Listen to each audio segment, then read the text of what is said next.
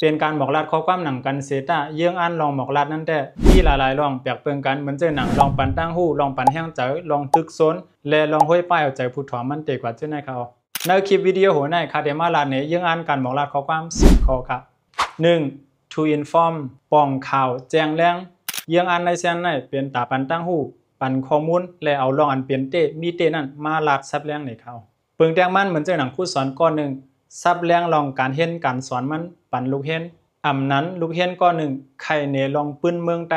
เนไว้ก่อไว้เสมันป้อเปลี่ยนเจ้าไหนจึงเยื่องอันลองบอกลาดเขานั่นเตไลเฮ็ดให้ผู้ถอมันป้องเจอแจงแรงเนื้อหูคออันเขาตึกลาดอยู่นั่นเขา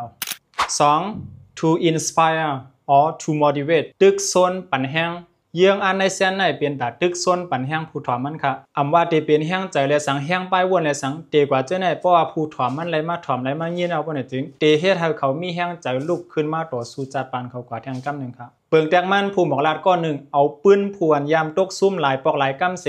ออกมันกว่าเนื้อจัดปานเขาเจ้านั้นมาลัดเนค่ะแทงลองหนึ่งเปลี่ยนลองบอกลาดข้อความปันแห้งรู้เห็นเขาเมื่อนาจำเตตอบเล็กเจ้านั้นค่ะลองบอกลาดเนื้อเส้นในตีไลลาให้ผู้ถอมันถึงอกถึงเจอเพราะว่าไรถอมได้ยินยาวป้นจึงตีให้ไทยเขามีแห้งเจอเขาลุกขึ้นมาต่อสู้ขึ้นแทงกำหนึ่งและมีตั้งมุงมองเหมือแทงกำหนึ่ง 3. entertain ลองเปียกแห้งมนเยื่องอันการลัดเส้นในเปลี่ยนตาให้ผู้ถอมมันไล่หุ้นไล่โขไล่เสื้อหนูในย่ำหนังนั้นค่ะเปิงแตงมันเหมือนเจ้าหนังก้นอันโมลาดลองหาซาลีไคโคเจ้านั้นเขายังอ่ำไปไล่ลาดข้อความสีคอก็เฮ็ดให้ผู้ถอมมันยุ่มยายแหลกโขไปทายค่ะแทงลองหนึ่งเหมือนเจ้าหนังผู้ขับปาง MC มือมีข้าวยำตันมือภูมิบอกลาดข้อความเตมันไปมาถึงนั่นไหนแมกตึกมีในมือเขาค่ะมือย่ำหนังนั้นปูนพรมันอยู่ที่ในมือเขาค่ะเขาหมอลาดจันเจอกะหือเขาหมอลาดเฮ็ดให้เปิ้นลีไคโคกะหือเขาหมอลาดเฮ็ดให้ผู้ถอมมันอ่ำยินข้านไรกะหือก็เป็นลองลีเด้ๆค่ะเยื่องอันการลาดในเส้นในแต่เปลี่ยนตาลองจุงเจอแลเฮ็ดให้ผู้ถอมมันมีตังซื้อมือย่ำหนังนั้นค่ะ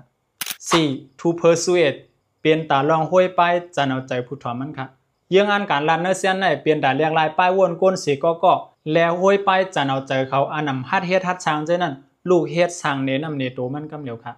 เปิงแตงมันเหมือนเจ้าหนังลูกเฮ็ดเขาเนื้อห้องเฮ็ดมีเผยเคยขึ้นมาเปลี่ยนหัวหน้าห้องเฮ็ดก็เปิดยุ่มยำตัวเจ้าเก่าเมื่อย่ำหนังนั้นสังคู่สอนมันมาลาดปั่นแห้งมาดึกซนมาห้วยป้ายเอาใจมันมาลาดในพ่อนหลีพ่อนจ้ามันบ่ได้จึงเตเฮ็ดให้ก้นเสก็มีกลางใจเคยขึ้นมาเปลี่ยนหัวหน้าห้องเฮ็ดกำเหลียวครับเทียงลองหนึ่งห้วยป้ายจันเอาใจก้นเสก็เฮ็ดให้เขามีกลางใจเคยเก็บเงินจ่ายโพจ่ายผ้าและเฮ็ดให้เขามีกลางใจเคยจอยแถมตรงวงหิมหอมนั่นลองบอกลาเส้นในจางเฮ็ดให้ผู้ถอมมันมีลองหยุ่มยำหรือเฮาจางเฮ็ดให้ผู้ถอมมันมีตั้งหันถึงเหมือนกันตั้งเฮาและจางเฮ็ดให้ผู้ถอมมันมีกลางใจเคยลูกเฮ็ดลูกสร้างเหมือนเจ้าหนังข้อความมันเฮาลาดนั่นกำเหลียวป้อหูลาดขึ้นง่ายๆ4ข้ออันคาลาดมาในป้อเนี่ยจึง 1. ปองข่าวแจ้งแรง 2. ตึกซนปั่นแห้ง 3. ลาดเปียกโขแป้ง 4. ห้วยป้ายจันแว้งในมี4ข้อค่ะ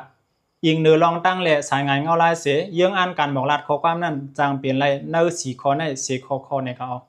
เจิ้งหือก็เย่าไล่ลาดอันเลยก็ลีมีเยื่องอ่านหนังหือก็ยาปุ่นตามันเดแคมแลบลีงามนั่นแต่เดี๋ยวเลยพึกเย่า10พึกแทงเขาเอาค่ะพึกกับเจ้ามันค่ะมาส่งครับ